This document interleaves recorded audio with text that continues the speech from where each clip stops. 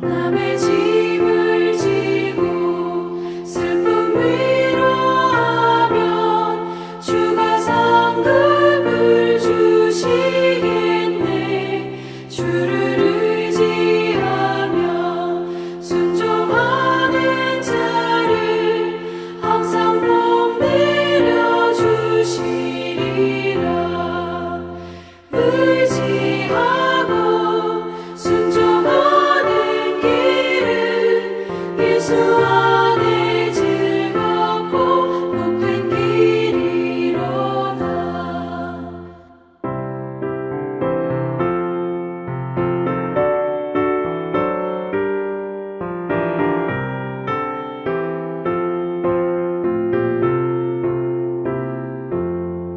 우리 받은 것을 주께 다 드리며 우리 기쁨이 넘치겠네. 주를 의지하며 순종하는 자를 은혜 풍성케 하시리라. 의지하고 순종하는 길은 예수 안에 즐겁고 복된 길이로다. 주를 힘입어서 말씀 잘 배우고 주를 모시고 살아가세. 주를 의지하며 항상 순종하면 주가 사랑해 주시리라. 의지하고 순종하는 길은 예수 안에 즐겁고 복된 길이로다.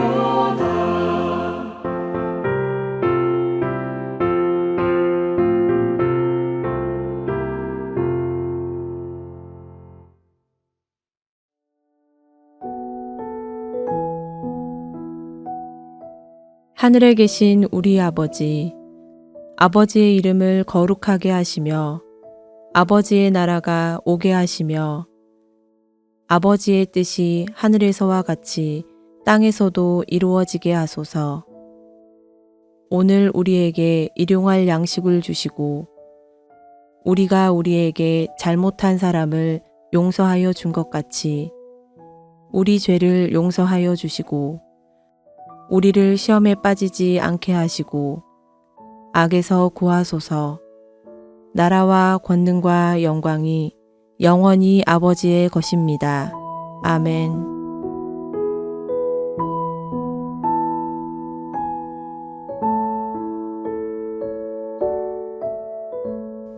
예수 그리스도의 종 바울은 사도로 부르심을 받아 하나님의 복음을 위하여 택정함을 입었으니 이 복음은 하나님이 선지자들을 통하여 그의 아들에 관하여 성경에 미리 약속하신 것이라. 그의 아들에 관하여 말하면 육신으로는 다윗의 혈통에서 나셨고 성결의 영으로는 죽은 자들 가운데서 부활하사 능력으로 하나님의 아들로 선포되셨으니 곧 우리 주 예수 그리스도시니라. 그로 말미암아 우리가 은혜와 사도의 직분을 받아 그의 이름을 위하여 모든 이방인 중에서 믿어 순종하게 하나니 너희도 그들 중에서 예수 그리스도의 것으로 부르심을 받은 자니라.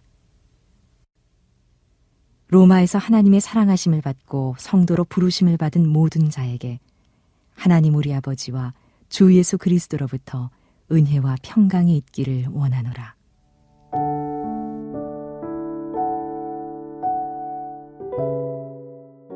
오늘 읽은 로마서는 바울이 로마의 교회 공동체에게 보낸 편지입니다. 로마 교회는 바울이 세운 교회가 아니었기 때문에 바울과 직접적인 관련이 없습니다. 그런데 바울은 스페인까지 복음을 전하려는 계획이 있었고 로마 교회로부터 도움을 받기를 원했습니다. 그래서 로마 교회를 방문하기에 앞서서 바울은 로마 교회에 편지를 보낸 겁니다. 그 중에서 우리가 읽은 이 앞부분은 바울이 자신을 로마 교회에 소개하고 있는 장면입니다. 선교 사역에 도움을 얻기를 바라고 있기 때문에 단순하게 내가 누구냐 이거에 대해서만 소개하지는 않고 동시에 로마 교회에게 도전을 불러일으키고 있습니다. 바울은 자신을 어떤 사람으로 인식을 하고 있는지, 그가 끼치고자 하는 도전은 무엇인지, 오늘 우리는 이 내용을 어떻게 적용해야 하는지 생각해 보도록 하겠습니다. 1절에 보면 바울은 자신을 예수 그리스도의 종이라고 부릅니다. 바울의 자기를 이해하는 그 정체성, 그리고 믿음의 정체성이 이전과 완전히 달라졌다는 것을 드러내주는 표현입니다. 유대교인들은 보통 자신을 뭐라고 부르냐면 하나님의 종이라고 부릅니다. 유대교에 굉장히 열심이었던 바울도 그랬죠. 자기를 하나님의 종이라고 여겼습니다. 그래서 이단의 우두머리와 같다고 판단되던 예수를 핍박하는 일, 이것을 하나님의 종된 사람으로서 마땅히 해야 되는 일이라고 여기며 살았습니다. 그런데 오늘 로마서에서는 자신을 뭐라고 표현합니까? 그토록 자기가 핍박했던 그리스도의 종이 바로 나라고 소개하고 있습니다.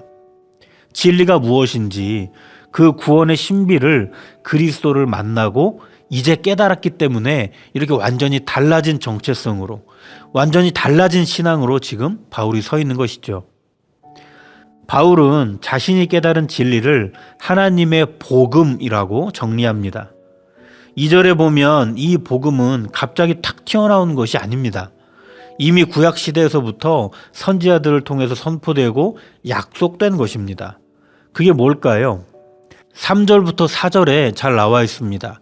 그의 아들에 관하여 말하면 육신으로는 다윗의 혈통에서 나셨고 성결의 영으로는 죽은 자 가운데서 부활하사 능력으로 하나님의 아들로 선포되셨으니 곧 우리 주 예수 그리스도시라. 하나님의 복음은 예수가 구원자, 그러니까 그리스도라는 것입니다. 이것은 새롭게 등장한 사실이 아니에요. 이미 오래전부터 하나님께서 인류를 구원하시기 위해서 계획해 오셨던 일이고 역사 속에서 이 일을 이루어 오신 하나님의 열심입니다. 그리고 지금 예수를 통해 이루어 주신 일인 거죠. 선지자의 말대로 다윗의 혈통으로부터 오신 예수는 죽으시고 부활하시는 그 사건을 통해서 그가 진짜 그리스도이심을 증명하셨습니다. 그 그리스도 안에서 우리는 구원을 얻을 수 있다는 것이죠. 이게 바울이 깨달은 진리, 하나님의 복음입니다. 1절을 다시 보시면 이 하나님의 복음을 전하기 위해서 바울은 사도로 부르심을 받았다, 이렇게 자기를 이해하죠. 이게 바울의 자기 정체성입니다. 사도는 보내심을 받은 자라는 뜻입니다. 누구로부터 보내심을 받았다는 걸까요? 하나님께로부터 보내심을 받았다는 것이죠. 무엇을 위해 보내심을 받았다는 것일까요? 하나님의 복음을 전하기 위해서 보내심을 받았다는 겁니다. 바울은 이렇게 자기 자신을 소개합니다. 자신의 소개를 마친 바울은 이제 로마 교회 공동체에게 말합니다.